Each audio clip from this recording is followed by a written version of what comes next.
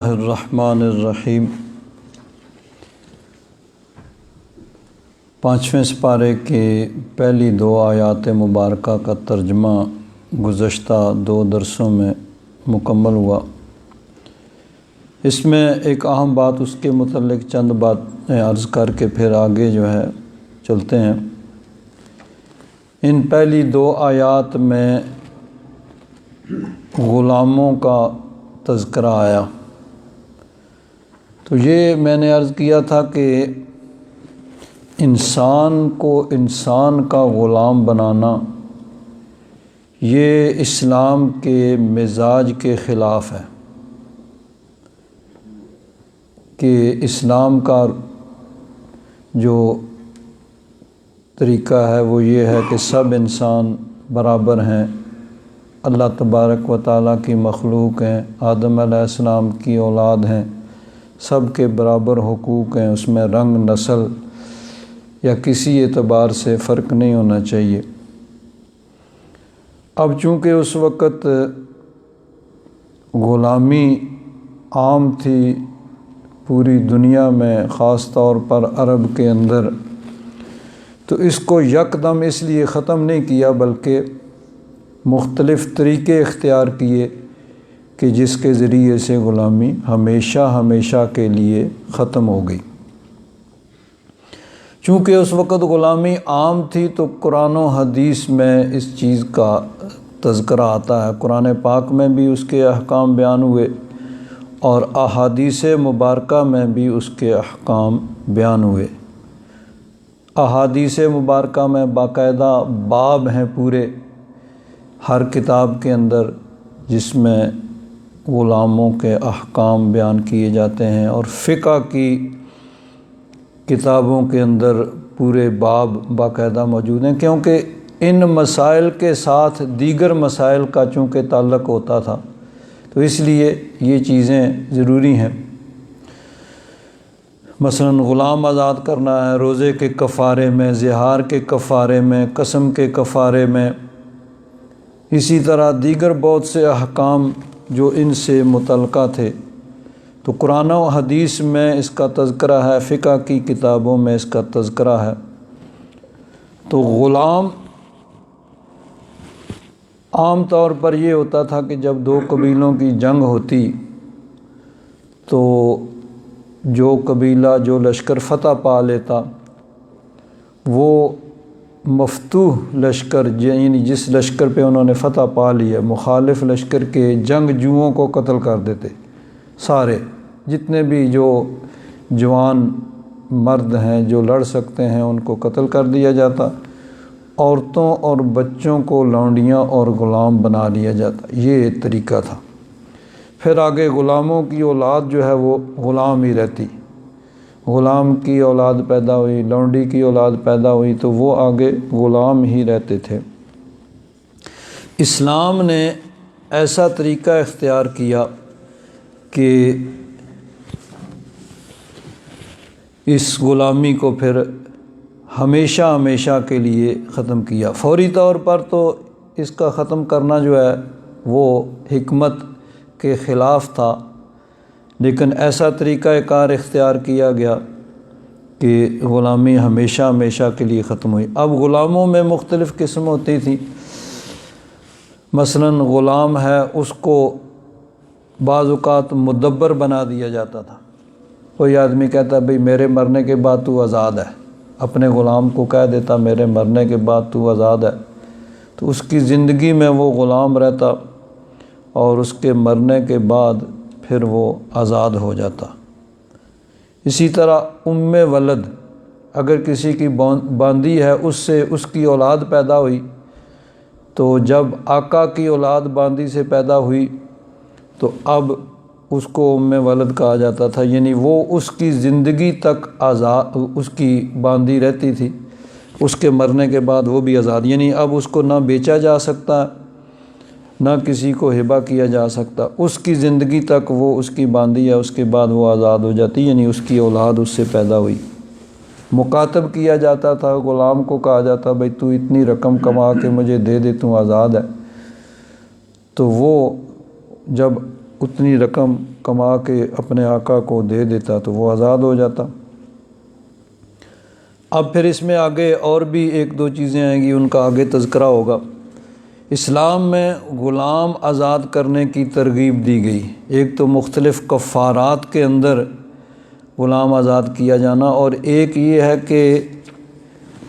ویسے ہی ثواب کی نیت سے غلام کو آزاد کرنا۔ چنانچہ حدیث پاک میں حضرت ابو ہریرہ رضی اللہ تعالیٰ عنہ ارشاد فرماتے ہیں، بخاری شریف کی حدیث ہے، ایما رجل اعتق امرأ مسلما، جس نے بھی کسی مسلمان آدمی کو آزاد کیا، یعنی کوئی غلام ہے مسلمان تو اس نے اس کی غلامی ہے، غلام ہے تو آزاد کر دیا، یا کسی کا غلام ہے اس نے خریدا اور خرید کے آزاد کر دیا، استنقذ اللہ بکل عضو منہ عضوا منہ من النار، تو اس غلام کے ہر عضو کے بدلے میں آزاد کرنے والے کے ہر عضو کو اللہ تبارک و تعالی آگ سے جہنم سے آزاد کر دے گا۔ اس طرح ترغیب دی اسلام نے مسلمانوں کو غلام آزاد کرنے کی۔ چنانچہ مسلم شریف کے اندر جو روایت ہے اس میں ایک بڑی اہم بات اس میں ہے کہ حضرت سعید بن مرجانہ صاحب علی بن حسین، یہ حضرت امام زین العابدین کے مصاحب تھے، ساتھی تھے، ان کے پاس بیٹھنے والے تھے۔ حضرت امام زین العابدین حضرت امام حسین رضی اللہ تعالیٰ عنہ کے بیٹے ہیں، جو میدان کربلا میں آپ حضرت امام حسین خود بھی شہید ہوئے، آپ کے باقی اولاد جو ہے بیٹے شہید ہوئے۔ حضرت امام زین العابدین وہ بیماری کی وجہ سے میدان میں نہیں جا سکے تھے تو وہ زندہ بچے، اور انہی میں سے پھر آگے حضرت امام علی مقام کی اولاد کا سلسلہ چلا۔ تو سعید بن مرجانہ حضرت امام زین العابدین کے ساتھی ہیں، وہ کہتے ہیں، سمعت ابا ہریرہ رضی اللہ تعالیٰ عنہ، کہ میں نے حضرت ابو ہریرہ رضی اللہ تعالیٰ عنہ سے سنا، یقول قال رسول اللہ صلی اللہ علیہ وسلم ایما، یہ وہی حدیث جو اب ایما امرأ مسلم اعتق امرأ مسلما، کہ جس بھی مسلمان آدمی نے کسی مسلمان کو غلام کو آزاد کیا، استنقذ اللہ بکل عضو منہ عضوا من النار، تو اس غلام جس کو اس نے آزاد کیا اس کے ہر عضو کے بدلے میں آزاد کرنے والے کے ہر عضو کو اللہ تبارک و تعالی جہنم سے آزاد کر دے گا۔ تو یہ ہے اسلام نے جو ترغیب دی غلام آزاد کرنے کی، جس کی وجہ سے پھر غلامی ہمیشہ ہمیشہ کے لیے ختم ہو گئی۔ اب اس میں ایک اور اہم بات ہے، یہ حضرت سعید بن مرجانہ، وہ جو اس کا حدیث کے راوی ہیں جنہوں نے حضرت ابو ہریرہ سے آگے اس کو روایت کیا، فرماتے ہیں، فانطلقت حین سمعت الحدیث من ابی ہریرہ رضی اللہ تعالیٰ عنہ، فرماتے ہیں حضرت ابو ہریرہ سے میں نے یہ حدیث سنی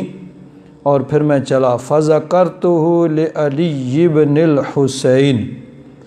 تو میں نے حضرت علی بن حسین یعنی حضرت امام زین العابدین سے جا کے اس حدیث کا تذکرہ کیا، کیونکہ ان کے ساتھی تھے، اس میں وضاحت ہے، تو ان کے پاس جا کے اس حدیث کا ذکر کیا کہ میں نے حضرت ابو ہریرہ رضی اللہ تعالیٰ عنہ سے یہ حدیث سنی ہے کہ جو کسی غلام کو، مسلمان غلام کو آزاد کرے گا، اللہ تبارک و تعالیٰ اس کے ہر عضو کے بدلے میں اس کا ہر عضو، یعنی غلام کے سر کے بدلے میں اس کا سر، ہاتھوں کے بدلے یعنی پورے جسم کے بدلے میں اس کا پورا جسم جہنم سے آزاد کر دے گا۔ تو فرماتے ہیں جب حضرت امام زین العابدین نے یہ حدیث سنی، فَأَعْتَقَ عَبْدًا لَهُ،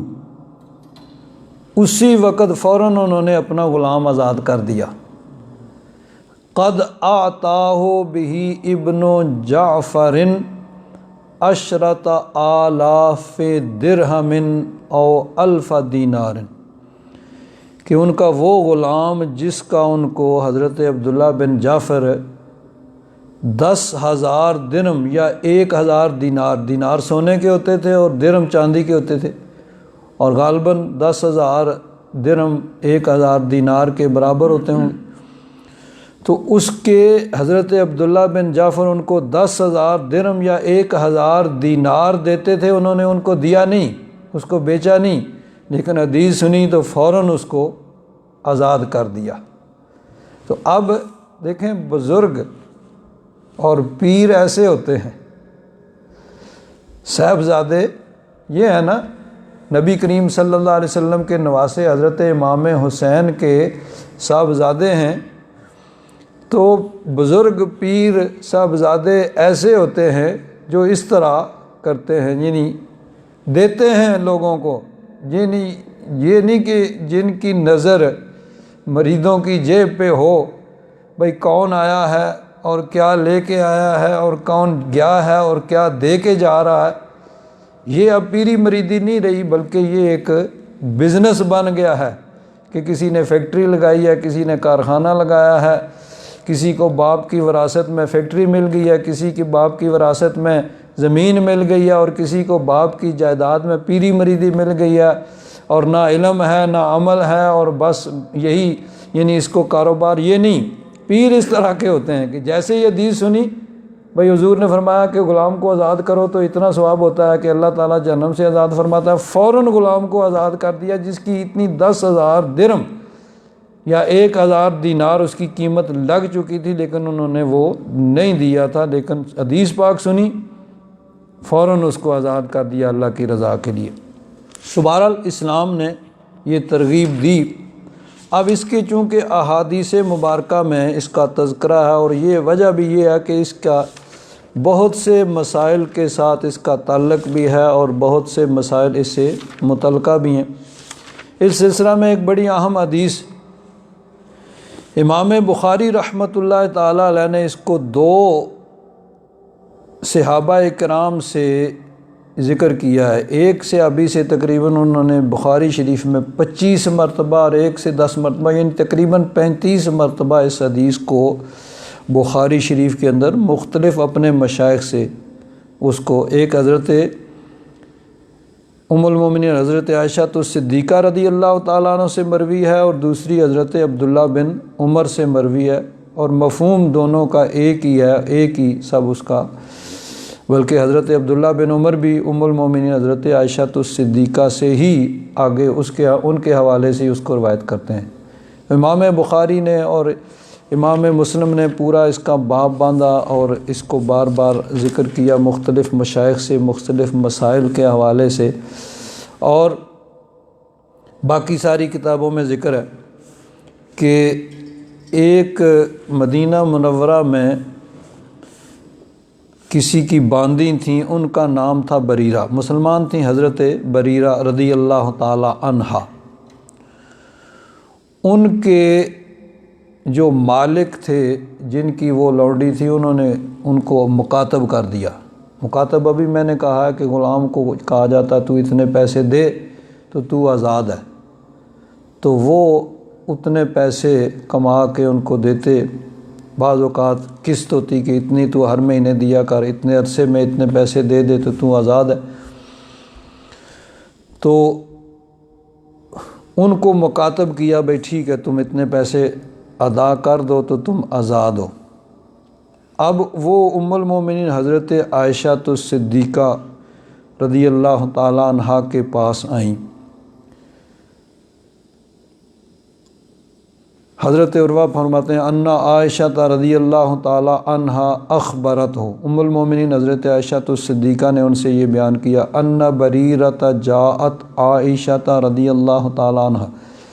کہ وہ بریرہ جو تھیں حضرت بریرہ، وہ ام المومنین حضرت عائشہ الصدیقہ کے پاس آئیں، تستعینھا فی کتابتھا، وہ اپنی کتابت میں یعنی مکاتبت میں ان سے مدد مانگتی تھی کہ ان کے آقاؤں نے ان سے کہا تھا کہ اتنے پیسے دے دو تو تم آزاد ہو، اب وہ ظاہر بات ہے کوئی معمولی رقم نہیں ہوتی تھی، تو ان سے مدد مانگی، بھئی آپ بھی کوئی مدد کریں، کچھ پیسے مجھے دیں، میں اپنے آقاؤں کو دینا ہے تاکہ میرا بدلے کتابت آزاد وہ دیا جائے اور میں آزاد ہوں۔ فقالت لها عائشہ، اس میں ولم تکن قدت من کتاباتها شیئا، ابھی تک انہوں نے اپنے بدلے کتابت میں سے کچھ بھی اگر بحثیں چلتی ہیں کہ آدھا آزاد ہو تو پھر مکاتب ہو سکتا ہے، نہیں یہ وہ دوسرا، اس لیے یہ الفاظ۔ فقالت لها عائشہ رضی اللہ تعالیٰ عنہ ارجعی الی اہلک،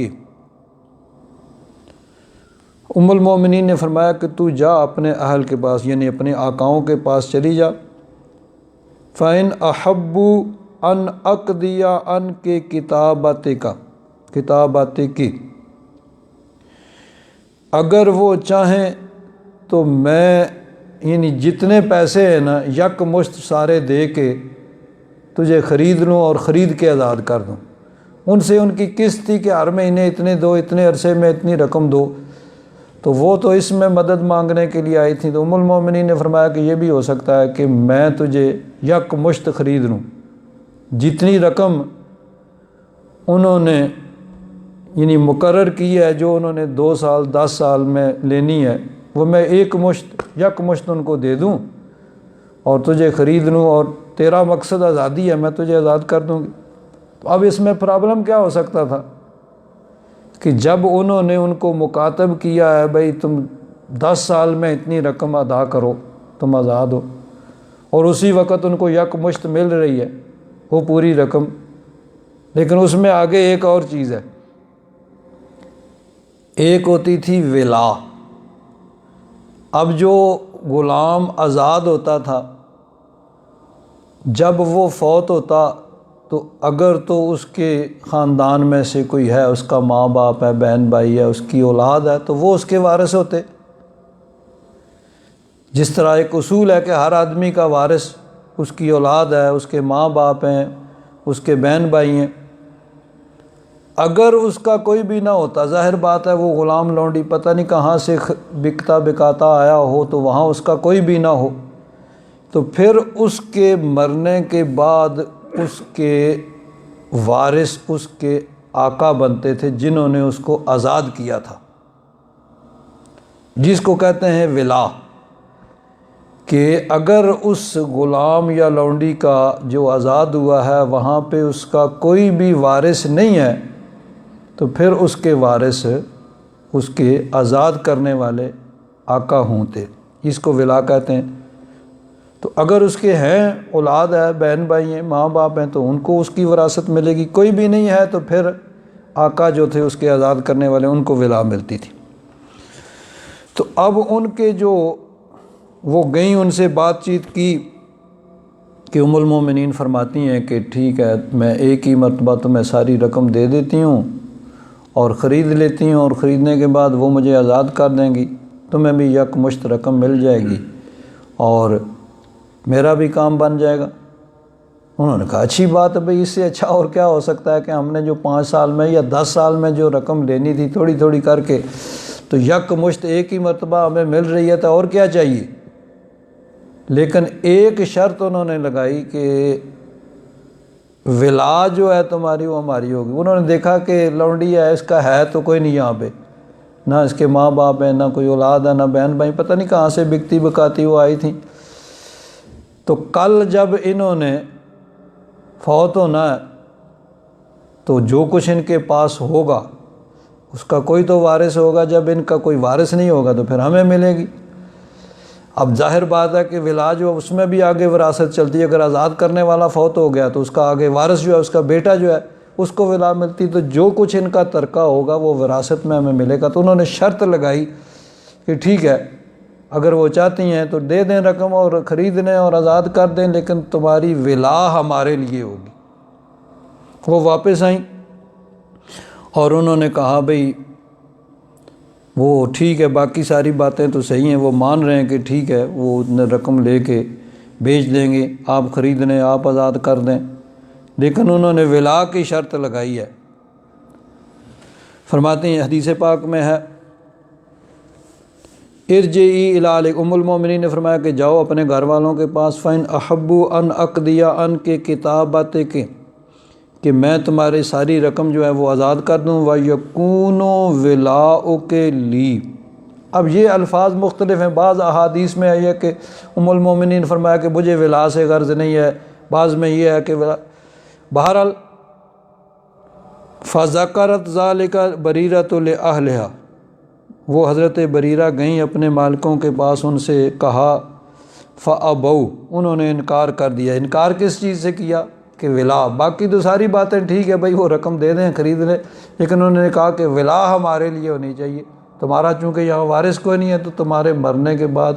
جو وراثت ہوگی وہ ہمیں ملنی چاہیے۔ وَقَالُوا إِنْ شَاءَتْ أَنْ تَحْتَسِبَ عَلَيْكَ فَلْتَفْعَلْ، بعض روایات میں یا بعض محدثین نے یہ فرمایا کہ وہ یہودیوں کے وہ لونڈی تھیں، بہرحال جو بھی تھے، انہوں نے کہا کہ ام المومنین اگر ثواب لینا چاہتی ہے تو ٹھیک ہے، لیں ثواب، وہ خرچ کریں اور خرید لیں اور آزاد کر دیں۔ وَيَكُونُ لَنَا وِلَاؤُكَ، تمہاری ولا ہمارے لیے ہوگی، تمہارے مرنے کے بعد وراثت ہمیں ملے گی، جو کچھ ہوگا وہ ہمیں ملے گا۔ فَذَكَرَتْ ذَلِكَ لِرَسُولِ اللَّهِ صلی اللہ علیہ وسلم، ام المومنین حضرت عائشہ صدیقہ رضی اللہ تعالیٰ عنہ نے اس بات کا تذکرہ نبی کریم، میں نے ان سے پیشکش کی کہ تم آزاد کر دو، آزاد کرنا چاہتی ہوں، لیکن اب اس کے مالکوں نے ولا کی شرط لگائی ہے۔ تو ام المومنین حضرت عائشہ صدیقہ نے حضور سے عرض کیا تو نبی کریم صلی اللہ علیہ وسلم نے ارشاد فرمایا، ابتائی فاعتقی، کہ تم ان کو خرید لو اور خرید کو آزاد کر دو۔ اب کیوں فرمایا؟ اس لیے کہ یہ ایک مسلمہ اصول ہے کہ انما الولاء لمن اعتق، کہ ولا تو اسے ملے گی جس نے آزاد کیا ہے، جس نے پیسے خرچ کر کے کسی کو آزاد کیا ہے، تو اگر اس غلام کا کوئی وارث نہیں ہے تو پھر اس کو ملنا چاہیے کہ جس نے پیسے اپنے پاس سے خرچ کیے۔ تو اب خرچ تو آپ کریں اور ولا وہ لیں جو پیسے بھی لے لیں، اس کی قیمت بھی لے لیں اور پھر ولا کا دعویٰ کریں، یہ اصول کے قانون کے خلاف ہے۔ تو اس لیے فرمایا کہ ٹھیک ہے تم ان کو خرید لو اور آزاد کر دو، تو باقی یہ تو مسلمہ اصول اور قانون ہے کہ ولا اسی کے جس نے آزاد کیا۔ ثم قام رسول اللہ صلی اللہ علیہ وسلم، پھر حضور کھڑے ہوئے یعنی ممبر پہ کھڑے ہو کے فرمایا، ما بال اناس یشترطون شروطا لیس فی کتاب اللہ، کہ ان لوگوں کا کیا حال ہے کہ جو ایسی شرطیں لگاتے ہیں جو اللہ کی کتاب میں نہیں ہیں۔ من اشترط شرطا لیس فی کتاب اللہ فلیس لہ، تو جو ایسی شرط لگائے جو اللہ کی کتاب میں یعنی شریعت میں، یہاں مراد شریعت ہے، شریعت میں نہیں ہے، فلیس لہ، تو اس کا کوئی اعتبار نہیں۔ وَإِن شَرَطَ مِئَةَ مَرَّةً شرط اللہ احق و ابر، چاہے 100 شرطیں بھی لگا لے، قانون اور اصول اور شریعت کے مطابق اس کی کوئی شرط نہیں مانی جائے گی، اور اللہ کی شرطیں یعنی اللہ کا قانون ہی وہ سب سے زیادہ حقدار اور سب سے زیادہ لائق ہیں، سب سے زیادہ قابل اعتماد ہے۔ تو حضور نے فرمایا کہ ٹھیک ہے ان کو خریدو اور خرید کو آزاد کر دو، تو ان کی ولا جو ہے وہ تمہارے لیے ہوگی۔ ام المومنین کو تو اس کی خواہش بھی نہیں تھی، لیکن ایک اصول بیان کیا، بھائی اصول اور شرعی حکم یہ ہے، اور پھر ان لوگوں کو تنبیہ کی خطبہ کے اندر کہ ایسی کوئی بات اپنے پاس سے نہ لگائیں جو شریعت میں نہیں ہے، شریعت کا حکم سب کے لیے عام ہے۔ اب ان کے بارے میں حضرت بریرہ کے بارے میں ام المومنین حضرت عائشہ صدیقہ رضی اللہ تعالیٰ عنہ فرماتی ہیں کہ 3 باتیں ان کے بارے میں اہم، فی بریرۃ ثلاث قضیات، بریرہ کے بارے میں 3 بڑے اہم مسائل وہ معلوم ہوئے۔ ان میں سے 2 کا تعلق تو چونکہ غلامی کے ساتھ ہے اور غلامی ختم ہو گئی، اب وہ نہیں پائی جاتی، لیکن ایک چیز کا تعلق اب بھی ہے اور وہ بڑا ایک اہم اصول ہے۔ وہ کیا تھیں 3 باتیں؟ کہ اراد اہلھا ان یبیعوھا ویشترطوا ولاءھا۔ ایک تو وہی بات جو ابھی گزری کہ اس کے مالکوں نے کہا بھائی ٹھیک ہے تم خرید لو، اس کو آزاد کر دو، لیکن ولا ہمارے لیے ہوگی۔ تو حضور سے ذکر کیا تو حضور نے فرمایا کہ ان کو خریدو، آزاد کر دو، ولا اس کی ہوتی ہے جس نے آزاد کیا۔ تو یہ مسئلہ یعنی ان کے اس معاملے میں واضح اور عام ہوا، سب لوگوں کو پھر اس کا علم ہوا۔ حضور نے خطبہ میں ارشاد فرمایا بھائی ولا اس کی ہے کہ جس نے پیسے خرچ کیے ہیں، جس نے کسی غلام کو آزاد کیا ہے، کوئی دوسرا اس کا دعویٰ نہیں کر سکتا۔ جس نے بیچ دیا، پیسے لے لیے، اب اس کا ختم ہو گیا۔ ایک تو یہ مسئلہ حضرت بریرہ کے اس مسئلے سے لوگوں کو یعنی معلوم ہوا، عام ہوا، حضور نے خطبہ عام میں۔ اور دوسرا وَأُتِقَتْ فَخَيَّرَهَا رسول اللہ صلی اللہ علیہ وسلم فاختارت نفسها۔ ایک دوسری کہ اگر کوئی لونڈی کسی کے نکاح میں ہے، یعنی آقا کو حق پہنچتا تھا کہ وہ اس اپنی لونڈی کا کسی کے ساتھ نکاح کر دے، تو اب کسی کے نکاح میں ہے اور اس حالت میں اس کو آزاد کیا گیا، تو اس کو اختیار دیا جاتا کہ چاہے تو اس نکاح کو برقرار رکھے، چاہے ختم کر دے۔ اگر وہ کہے کہ ٹھیک ہے میں اس نکاح کو برقرار رکھوں گی تو نکاح باقی رہتا، اور اگر وہ آزاد ہونے کے بعد کہے بھائی نہیں یہ نکاح نہیں مجھے چاہیے، تو ختم ہو جاتا۔ اس کو خیار عتق کہا جاتا تھا کہ آزاد ہونے کے بعد باندی کو یہ اختیار دیا جاتا کہ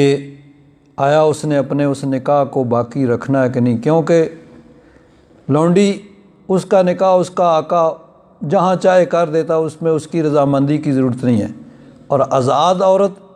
اس کا نکاح اس کی رضامندی کے بغیر، اس کی مرضی کے بغیر نہیں ہو سکتا۔ تو چونکہ اس کی حالت، اس کی سچویشن تبدیل ہوئی، پہلے لونڈی تھی اب آزاد ہو گئی، تو شریعت نے ان کو اختیار دیا کہ چاہیں تو اس نکاح کو برقرار رکھیں اور چاہے تو ختم کر دیں۔ تو نبی کریم صلی اللہ علیہ وسلم نے ان کو اختیار دیا۔ ان کے جو خاوند تھے ان کا نام تھا حضرت مغیث رضی اللہ تعالیٰ عنہ، وہ بھی صحابی رسول تھے۔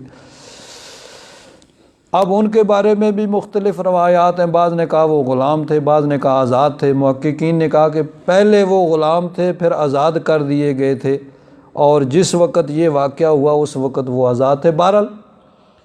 تو لونڈی کو خیار عتق ملتا ہے، یعنی اس کو یہ اختیار ملتا ہے کہ وہ اپنا نکاح باقی رکھے یا ختم کر دے۔ ان کو بھی جب آزاد کیا گیا، یعنی ایک تو وہ ہوا نا کہ جب وہ ولا کا مسئلہ آیا، ام المومنین نے ان کو خرید لیا اور خرید کے ان کو آزاد کر دیا۔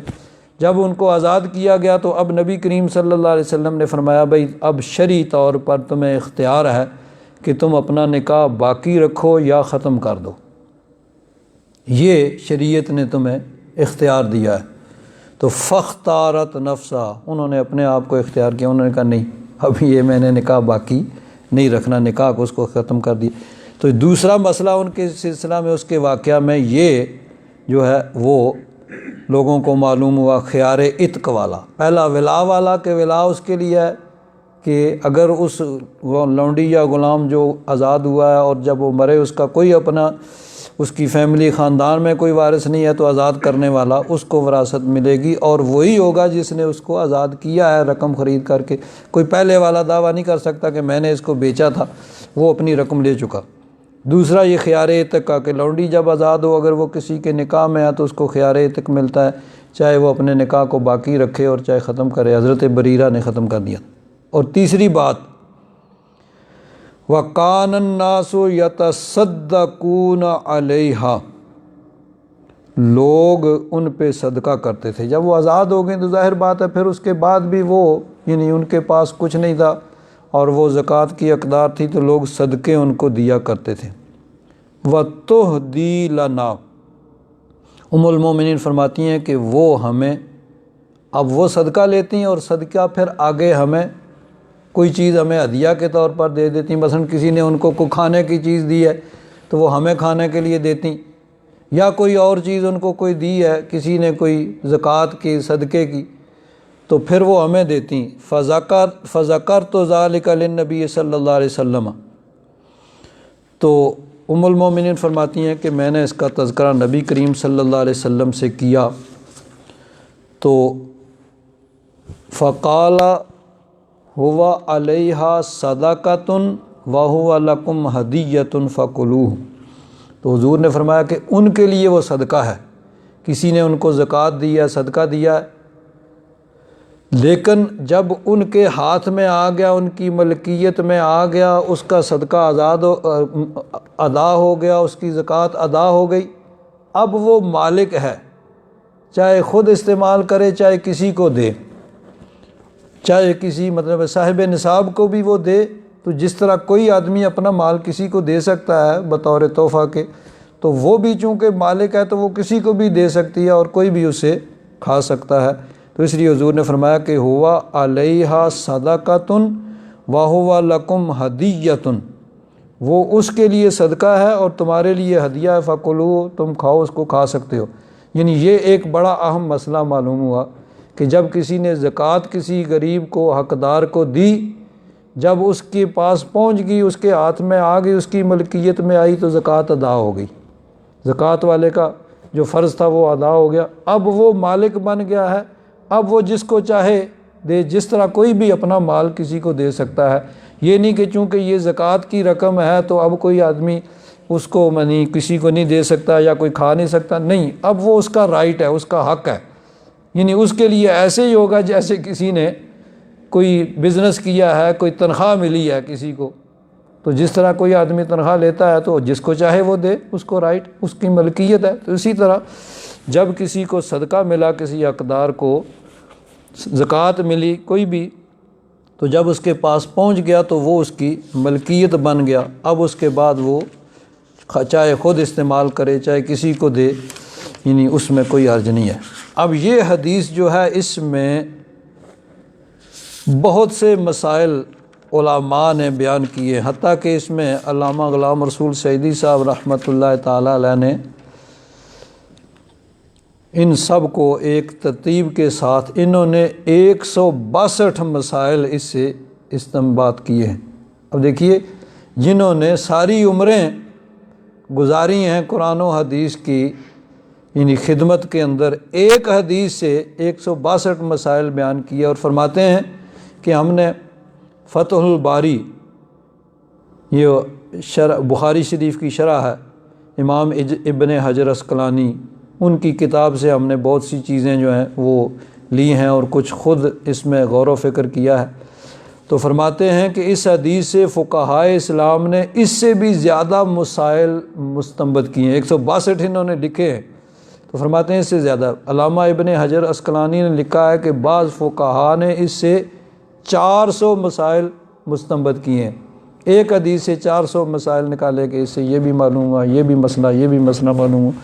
اور علامہ نووی جنہوں نے مسلم شریف کی شرح لکھی ہے، انہوں نے امام ابن خزیمہ اور امام ابن جریر نے وہ فرماتے ہیں کہ یعنی امام ابن خزیمہ اور امام ابن جریر نے اس حدیث کے مسائل پر مستقل کتابیں لکھی ہیں، ایک ہی حدیث سے یعنی اتنے مسائل اس سے معلوم ہو۔ تو بہرحال یہ یعنی ایک حدیث سے مسائل، اور چونکہ لونڈی اور غلام کا اس وقت عام رواج تھا تو احادیث میں قرآن پاک میں اس کا تذکرہ ہے، ان کے مسائل، اس کے قوانین کا تذکرہ ہے، اور آگے پھر فقہ کی کتابوں میں بھی یہ باب چونکہ ضروری یعنی مسائل اس سے متعلقہ ہوتے تھے تو اس کا ہوتا ہے۔ اب بخاری شریف کے اندر بھی یہ حدیث ہے، اسی چیز کا تذکرہ ام المومنین فرماتی ہیں کہ فی بریرۃ ثلاث سنن، 3 سنتیں یعنی 3 مسائل معلوم ہوئے کہ احد سنن انہا اوتقت فخیرت، ایک یہ کہ ان کو آزاد کیا گیا اور اختیار دیا گیا اب ان کے زوج کے بارے میں، اور دوسرا ولا، اور تیسرا فرماتی ہیں کہ اس میں تو یہ تھا نا کہ وہ ام المومنین کو کوئی چیز پیش کرتی تو انہوں نے حضور سے مسئلہ پوچھا، یہاں ایک ہے کہ دخل رسول اللہ صلی اللہ علیہ وسلم، دو تو وہی ہیں نا کہ ایک ولا اس کی ہے کہ جس نے آزاد کیا اس کو اس کی وراثت ملے گی اگر اس کا کوئی وارث نہیں ہے، اور ایک خیار عتق ہوگا کہ اگر لونڈی آزاد ہوتی ہے اور وہ کسی کے نکاح میں ہے تو اس کو اختیار دیا جائے گا کہ وہ چاہے اس کو اختیار کرے، یعنی پسند کرے چاہے ختم کر دے۔ اور تیسری چیز یہ دخل رسول اللہ صلی اللہ علیہ وسلم والبرمۃ تفور بلحم، اب چونکہ وہ آزاد ہونے کے بعد آقاؤں نے تو ان کو بیچ دیا، ام المومنین نے ان کو خریدا اور آزاد کر دیا، تو ام المومنین کی بارگاہ میں ہی وہ رہتی تھیں کیونکہ ان کا کوئی اور گھر بار تھا نہیں، تو وہ ام المومنین حضرت عائشہ الصدیقہ کے پاس ہی وہ رہتی تھیں اور وہیں پہ ان کا رہنا سہنا کھانا پینا وہیں پہ تھا۔ تو ام المومنین فرماتی ہیں کہ حضور گھر ایک دفعہ تشریف لائے، والبرمۃ تفور بلحم، ہانڈی چولہے پہ ہے اس میں گوشت پک رہا ہے، یعنی ابل رہی تھی وہ گوشت اس میں پک رہا تھا۔ فَقُرِّبَ إِلَيْهِ خُبْزٌ وَأُدَمٌ مِّنْ أُدَمِ الْبَيْتِ، کہ حضور کی بارگاہ میں روٹی پیش کی گئی اور گھر کا جو سالن تھا وہ پیش کیا گیا۔ تو حضور نے فرمایا أَلَمْ أَرَ الْبُرْمَةَ فِيهَا لَحْمٌ، کیا میں نے وہ ہانڈی نہیں دیکھی جس میں گوشت پک رہا ہے؟ قالوا بلا، عرض کیا گیا حضور ہاں وہ ہانڈی تو ہے اس میں گوشت بھی پک رہا ہے، ولیکن ذالک لحم تصدق بہ علی بریرۃ، لیکن اس ہانڈی میں وہ گوشت پک رہا ہے جو حضرت بریرہ کو صدقہ دیا گیا تھا، یعنی کسی نے صدقہ ان کو دیا تھا تو وہ صدقہ وہ پکا رہی ہیں۔ وَأَنْتَ لَا تَأْكُلُ الصَّدَقَةَ، اور آپ صدقہ کھاتے نہیں اس لیے وہ آپ کو پیش نہیں کیا گیا، آپ کو جو گھر میں موجود تھا وہ سالن اور روٹی پیش کی گئی۔ قَالَ عَلَيْهَا صَدَقَةٌ وَلَنَا هَدِيَّةٌ، حضور نے فرمایا صدقہ ان کے لیے ہے، ان کو کسی نے دیا صدقہ ادا ہو گیا وہ مالک بن گئی، اور اگر وہ ہمیں پیش کریں گی تو پھر وہ ان کی طرف سے ہدیہ ہوگا۔ یعنی یہ مسئلہ اس طرح واضح فرما دیا کہ اگر کوئی آدمی صدقہ دیتا ہے زکوٰۃ دیتا ہے کسی حقدار کو تو جب تک اس کے پاس نہیں گئی، یعنی دینے والے کے ہاتھ میں ہے تو اس کے پاس ہے، جب اس کو دے دیا اس کو مالک بنا دیا اب اس کا ہو گیا، اب وہ زکوٰۃ والا معاملہ ختم ہو گیا کہ اس کی زکوٰۃ ادا ہو گئی اور وہ مالک بن گیا، آگے وہ جس کو چاہے وہ دے سکتا ہے۔ اسی لیے زکوٰۃ میں تملیک فرض کی گئی کہ کسی کو مالک بنایا جائے، یعنی اس میں ایک دیکھیں ایک ہوتا ہے کسی کے لیے باہت، مثلا ایک آدمی نے دیگ پکائی اور آؤ بھائی کھا لو، اب وہ دیگ مثلا اس کی کوئی قیمت لگا لیں پاکستان کے حساب سے، وہ 2000 4000 کی دیگ لی اور دسترخوان بچھایا بھائی کھا لو، سب جو بھی آیا وہ غریب مسکین کھا رہے ہیں، اس طرح زکوٰۃ ادا نہیں ہوتی ہے کیونکہ اس کو اباحت کہتے ہیں، بھائی تم کھا سکتے ہو۔ تو زکوٰۃ میں تملیک فرض ہے، رقم دے دیں کسی کو، مثلا 400 روپے کے چاول لے کے دے دیے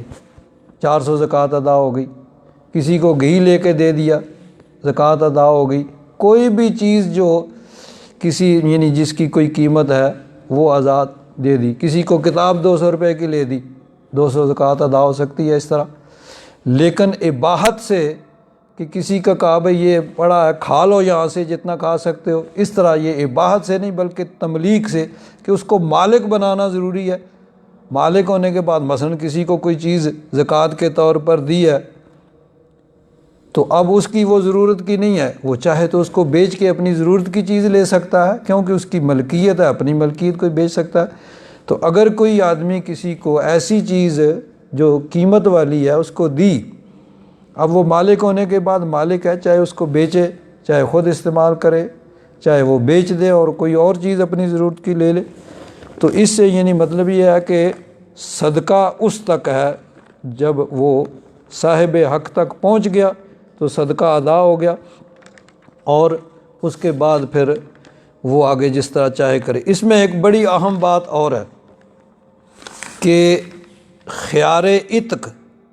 یعنی جب باندی کو آزاد کیا جائے تو اس کو اختیار ملتا ہے کہ چاہے تو وہ یعنی نکاح کو باقی رکھے تو چاہے ختم کرے۔ حضرت بریرہ کو بھی حضور نے یہ شرعی مسئلہ بتایا، بھائی تم چونکہ آزاد ہو گئی ہو تو اب تمہیں اختیار ہے کہ تم اپنا نکاح باقی رکھو تو چاہے ختم کرو۔ انہوں نے کہا نہیں میں ختم کروں گا، میں اس نکاح کو باقی نہیں رکھوں گی۔ ان کے جو خاوند تھے حضرت مغیث رضی اللہ تعالیٰ عنہ، وہ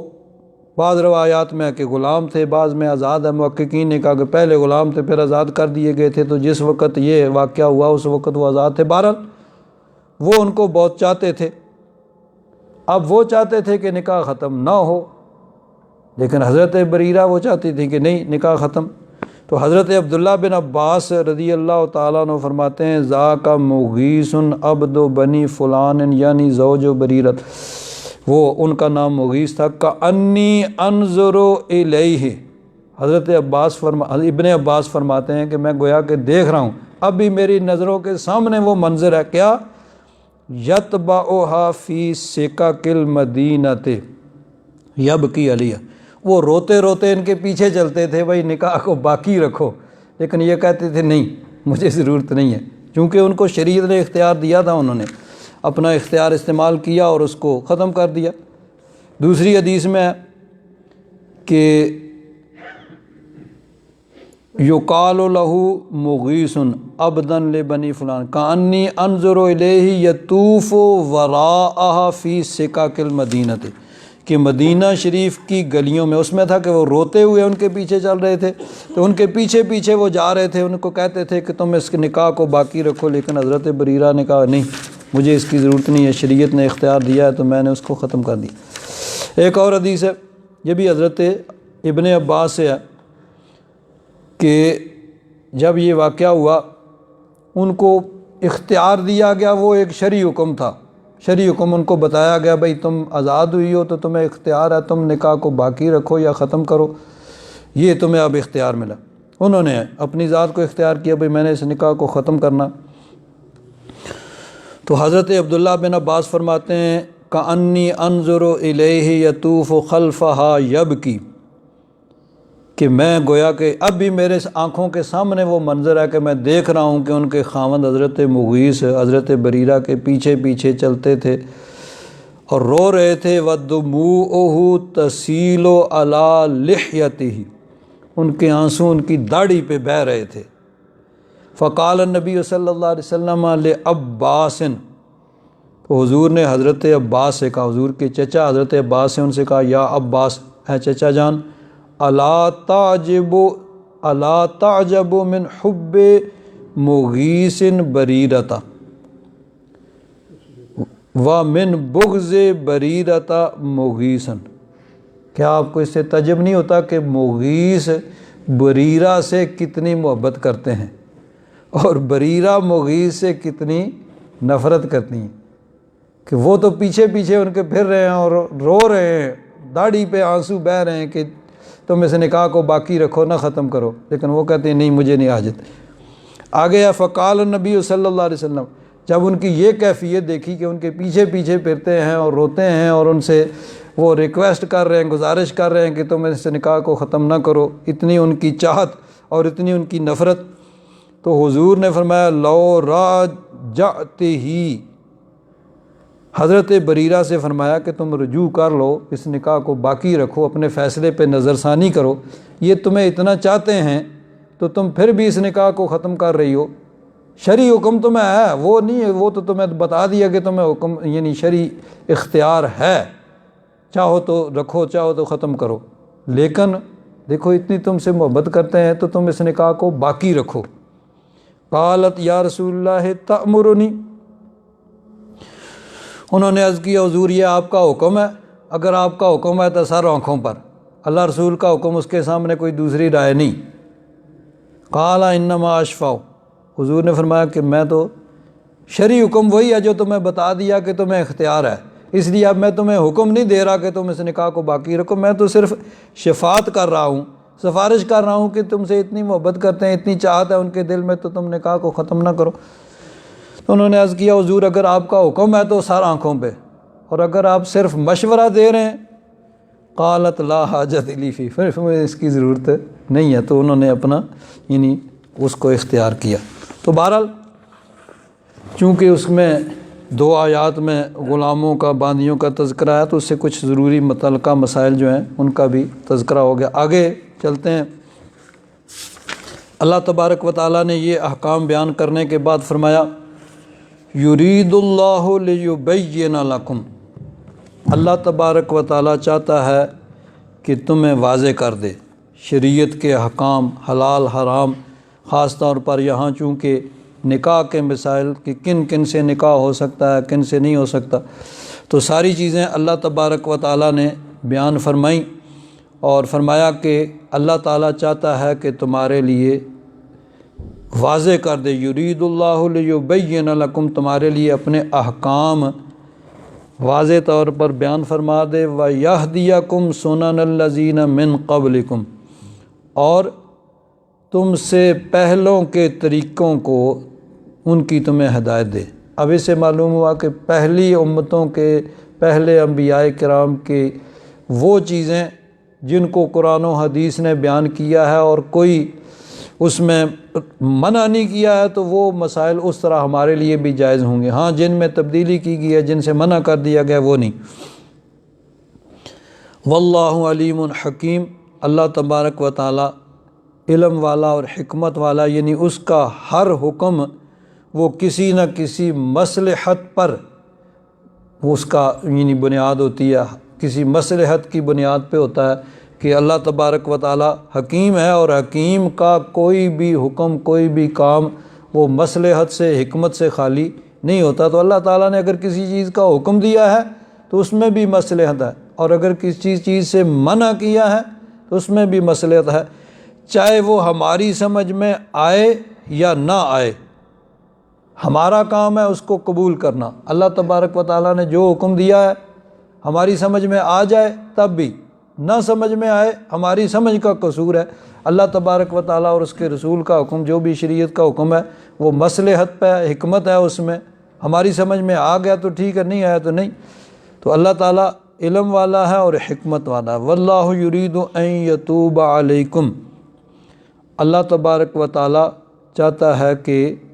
تم پر رجوع فرمائے، یعنی تمہاری توبہ کو قبول فرمائے۔ وَيُرِيدُ الَّذِينَ يَتَّبِعُونَ الشَّهَوَاتِ أَن تَمِيلُوا مَيْلًا عَظِيمًا، اور وہ جو شہوات کی پیروی کرتے ہیں، اپنی خواہشات کے پیچھے چلتے ہیں، وہ کیا چاہتے ہیں؟ ان تمیلوا میلا عظیما، کہ تم بھی سیدھی راہ سے بھٹک جاؤ۔ یعنی جو لوگ گمراہ ہیں وہ تمہیں بھی گمراہ کرنا چاہتے ہیں، اور ان کی خواہش یہ ہے کہ تم بھی ان جیسے ہوگے۔ وہ تو خواہشات کے پیچھے چلتے ہیں، اللہ رسول کے احکام۔ اب یہ دیکھیں، اس میں وہ سارے لوگ آ گئے جو یہ کہیں کہ جی قرآن میں یہ حکم صحیح نہیں ہے، حدیث میں یہ حکم ہے یہ صحیح نہیں ہے، اسلام میں یہ حکم ہے یہ صحیح نہیں ہے۔ یعنی اپنی عقل سے، وہ عقل کے گھوڑے دوڑا کے، اچھا جی ٹھیک ہے 1400 سال پہلے تو یہ ہو سکتا تھا، آج کی یہ 21 سینچری جا رہی ہے، اس میں یہ نہیں ہو سکتا۔ نہیں، اللہ رسول کا حکم جو ہے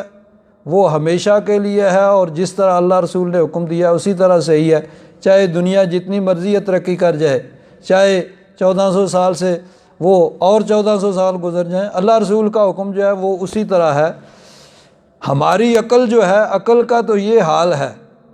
کہ آپ یہاں مثلا میٹرو اسٹیشن پہ چلے جائیں، ایک میٹرو میں بیٹھے ہوئے ہیں، ساتھ ایک میٹرو آ کے رکتی ہے،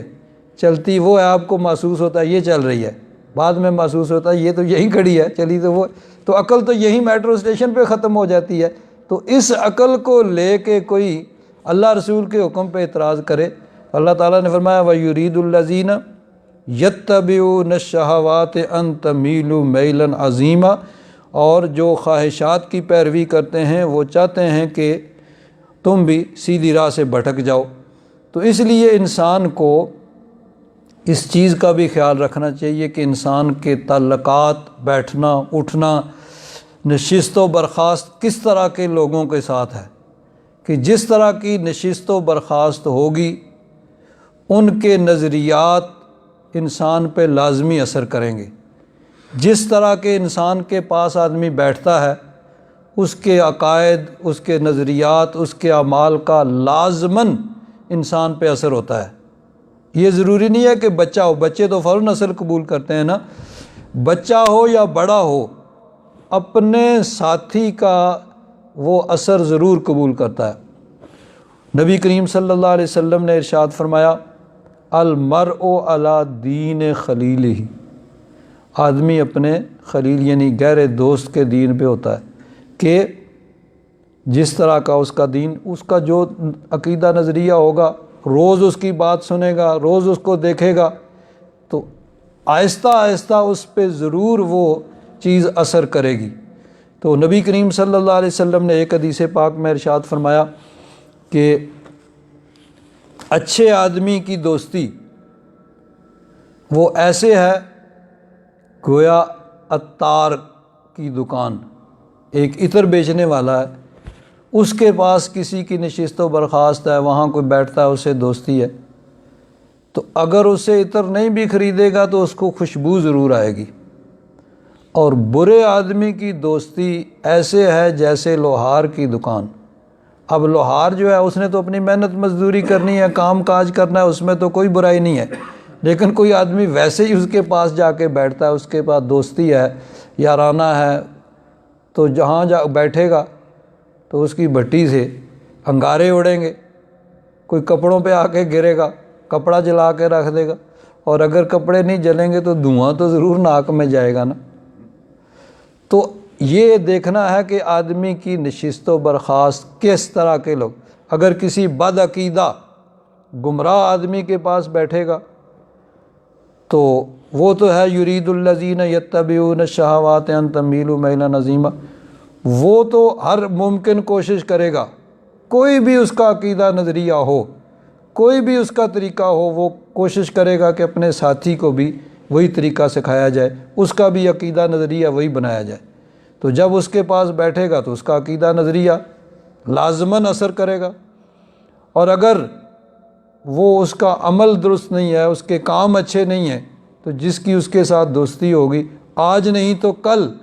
لازماً اس کا اثر اس میں آ جائے گا۔ حضرت امام مجدد الافسانی رحمۃ اللہ تعالیٰ علیہ فرماتے ہیں کہ صحبت گمراہ کے برے یعنی گمراہ جو بھٹکا ہوا ہے، بد عقیدہ آدمی یا بد عمل، اس کی صحبت، اس کے پاس بیٹھنا، یہ بدتر از صحبت کافر است، کافر کی صحبت سے بری گمراہ کی صحبت ہے۔ کیوں؟ کافر کے ساتھ اگر کسی کا آپ کا کوئی لنک ہے تو آپ کو پتہ ہے بھئی کافر ہے اور اس نے کوشش کرنی ہے، تو آپ پہلے سے محتاط ہوں گے۔ اور اگر ایک آدمی وہ اپنے آپ کو مسلمان کہتا ہے اور پڑھتا بھی قرآن حدیث ہے لیکن ہے گمراہ، بد عقیدہ ہے، تو پھر کیا ہوگا؟ وہ آپ کو آہستہ آہستہ آہستہ آہستہ اپنے عقیدے نظریے کے مطابق ڈالنے کی کوشش کرے گا، تو جیسا وہ ہوگا اسی طرح کا ہو جائے گا۔ اب بعض لوگ، یہ اکثر ہوتا ہے، لوگ کہتے ہیں کہ ہم نے فلاں کی تقریر سنی ہے، ہیں جی فلاں کا بیان سنا ہے، اس میں تو کوئی ایسی بات نہیں ہے، وہ تو قرآن پڑھتا ہے، وہ تو حدیث پڑھتا ہے۔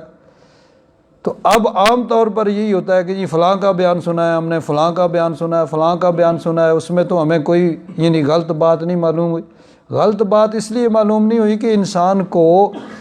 دین کے بارے میں سطحی معلومات ہیں، اپنے پیشے میں، اپنے شعبے میں، چاہے وہ بہت زیادہ علم رکھتا ہو،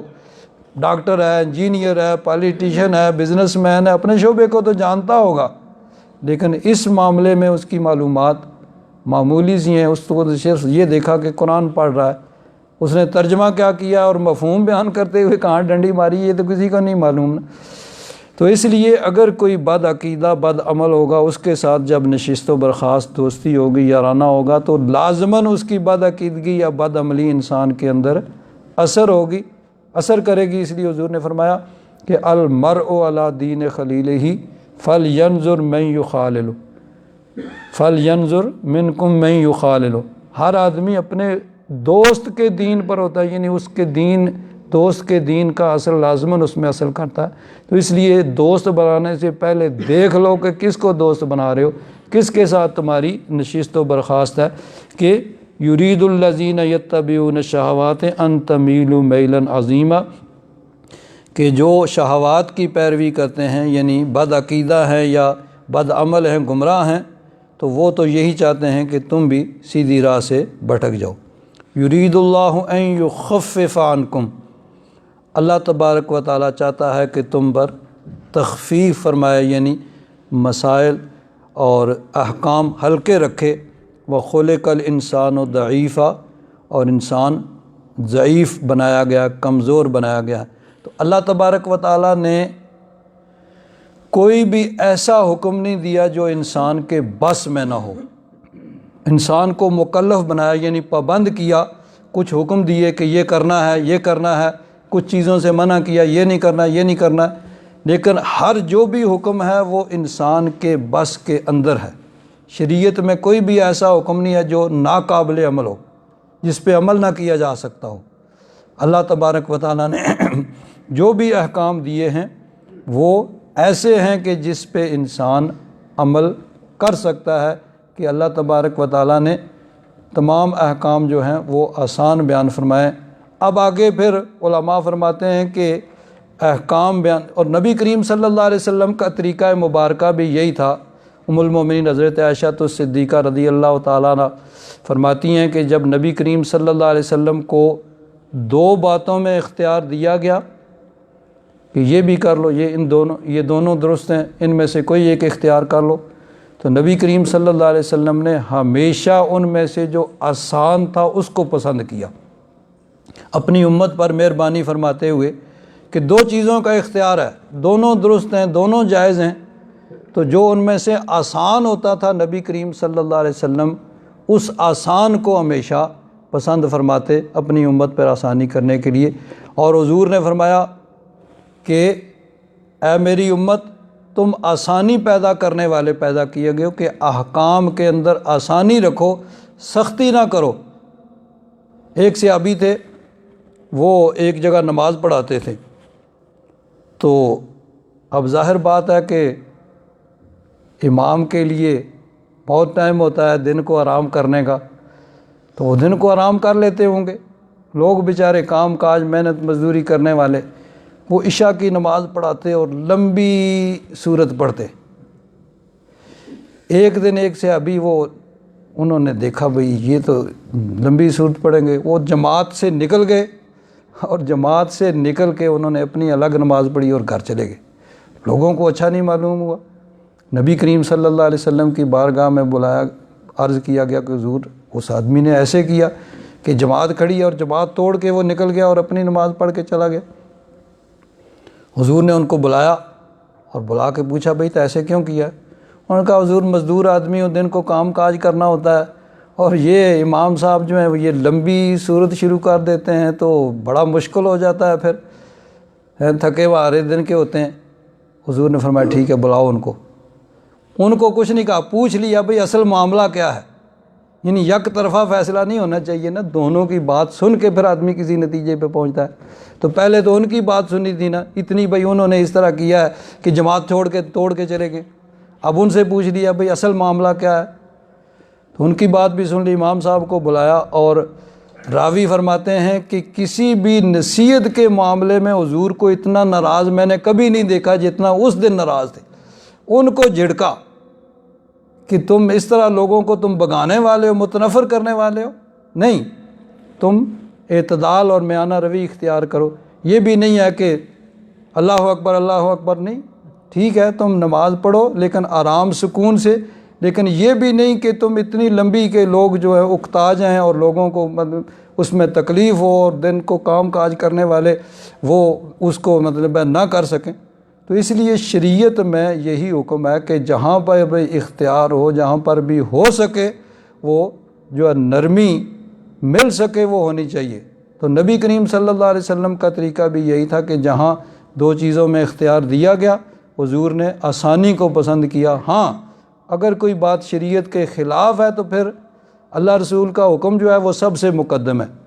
اس کے مقابلے میں پھر کوئی آسانی جو ہے وہ قابل قبول نہیں ہے۔ ہاں جہاں گنجائش ہو وہاں کوشش کرنی چاہیے کہ جو آسان حکم ہے اس کو اختیار کرنا چاہیے۔ الحمدللہ رب العالمین والصلاة والسلام علی حبیبہ سیدنا و مولانا محمد وعلی آلہ واصحابہ اجمعین۔ اللہم انک عفو کریم تحب العفو فاعف عنا یا غفور یا غفور یا غفور۔ صلی اللہ تعالی علی حبیبہ سیدنا و مولانا محمد وعلی آلہ واصحابہ اجمعین برحمتک یا ارحم الراحمین۔